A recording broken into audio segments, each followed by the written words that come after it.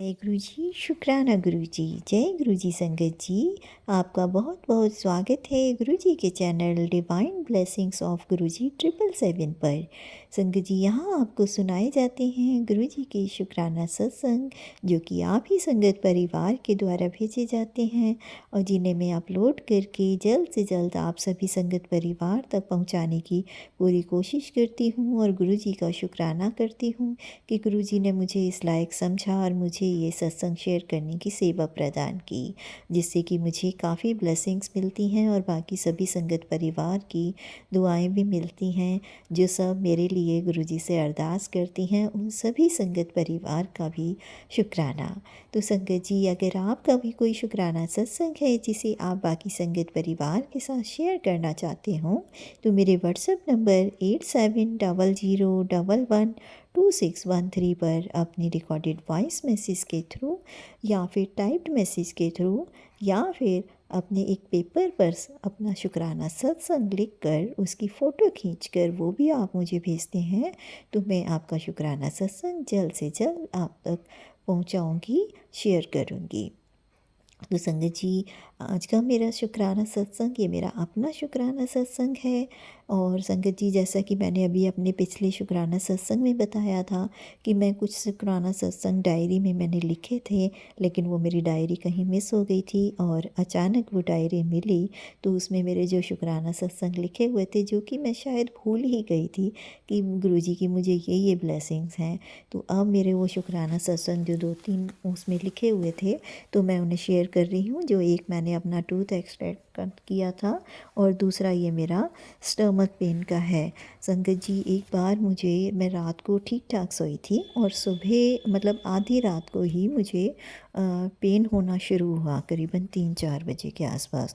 और सुबह तक मुझे इतनी वॉमिटिंग कि करीबन मुझे 17-18 बार मुझे वॉमिटिंग हो गई और सुबह तक मेरे पेट में कुछ भी नहीं बचा था। मैं मतलब अगर पानी भी पीऊँ ना, उसकी भी मुझे वॉमिटिंग हो रही थी और मेरी हालत बहुत ज़्यादा डाउन हो चुकी थी। शरीर में बिल्कुल भी कोई एनर्जी नहीं थी। तो मुझे ये नहीं समझ में आया था कि मुझे इतनी ज़्यादा प्रॉब्लम क्यों हुई, जबकि मैंने ऐसा कुछ खाया ही नहीं था। बाहर का भी मैंने नहीं खाया था, सिर्फ घर का ही खाया था। फिर मुझे जैसे मैं तबीयत ठीक नहीं थी, तो मुझे एक दिन पहले वैसे मुझे मैसेज भी ऐसा था सत्संग में, मुझे मतलब ये सुनने को मिला कि किसी ने कुछ खिलाया था, तो उससे उनको बहुत ज़्यादा वॉमिटिंग हुई और गुरुजी इस तरह से उनकी कष्ट निकाल रहे थे।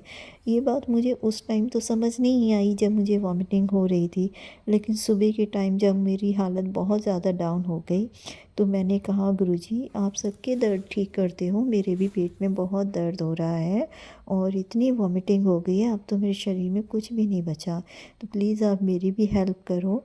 और ये मेरे दर्द जो हो रहा है, ये किसी भी तरह से ठीक नहीं हो रहा है, ना तो दवाई से और ना ही मेरी वॉमिटिंग रुक रही है। तो प्लीज़ आप मेरी मदद करो गुरुजी। और मैंने उनका मंत्र जाप किया। फिर मुझे एकदम ध्यान आया कि हाँ, उस सत्संग में उन आंटी जी ने चंदन का तिलक जो है वो अपने पेट पर लगाया था।